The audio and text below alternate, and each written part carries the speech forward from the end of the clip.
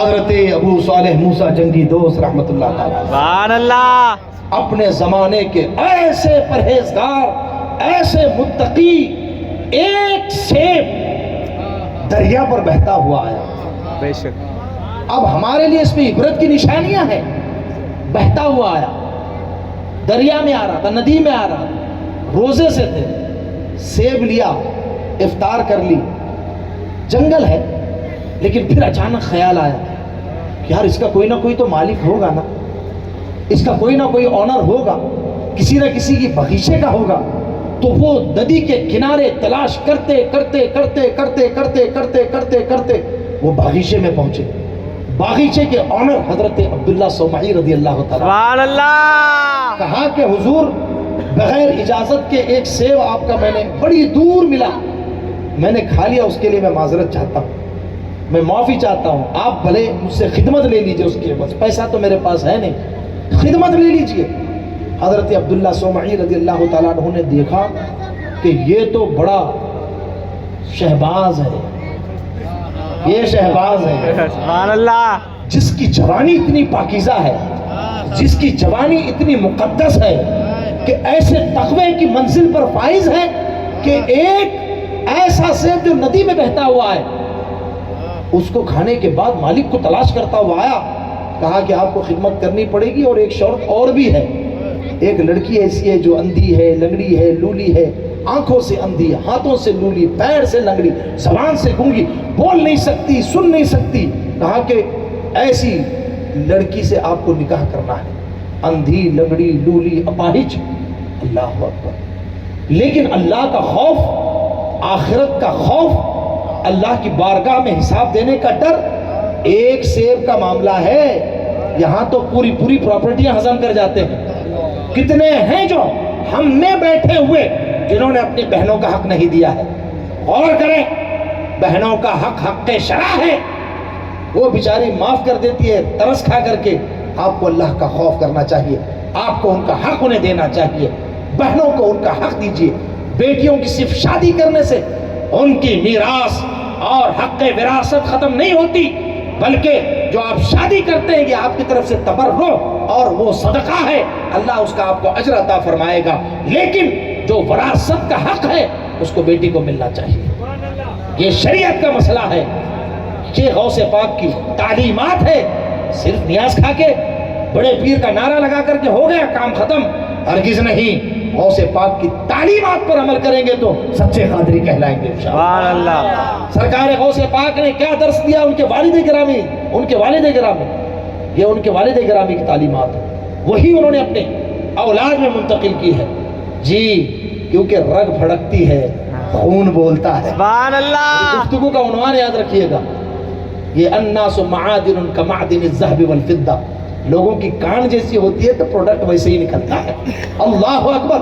حضرت ابو صالح موسیٰ جنگی دوست رضی اللہ تعالیٰ عنہ نے ان کی ساری شرطیں منظور کر لی. شادی ہوئی، حجرے عروسی میں داخل ہوئے تو دیکھا کہ انتہائی حسین و جمیل خاتون ہے، کوئی جلوہ بار ہے. واپس تشریف لائے، کہا کہ حضور شاید کوئی مغالطہ ہوا، آپ نے جو کوالٹیز بتائی تھی، آپ نے جو صفات بیان کی تھی، وہاں تو اس صفت کی کوئی لڑکی نہیں، بلکہ انتہائی حسن و جمال کی پیکر کوئی وہاں تشریف فرما ہے. تو کہا کہ وہ میری بیٹی ہے. سبحان اللہ. اس کا نام ام الخیر امت الجبار فاطمہ ہے. سبحان اللہ. کہا کہ میری بیٹی یہ ہے جس نے کبھی بھی اپنی نگاہوں سے غیر محرم کو نہیں دیکھا، اس لیے میں نے کہا تھا کہ یہ آنکھوں سے اندھی ہے، ہاتھوں سے لولی اس لیے کہا تھا کبھی اس کا ہاتھ گناہ کی طرف نہیں بڑھا ہے، کبھی اس کے قدم گناہ کی طرف نہیں اٹھے، اس لیے میں نے کہا تھا کہ یہ لنگڑی بھی ہے، یہ لولی بھی ہے، زبان سے کبھی کسی کی غیبت نہیں کی، کسی کی برائی نہیں کی، کسی کی عیب جوئی نہیں کی، صرف اللہ کا ذکر کرتی ہے، اللہ کی یاد میں مشغول و مصروف رہتی ہے.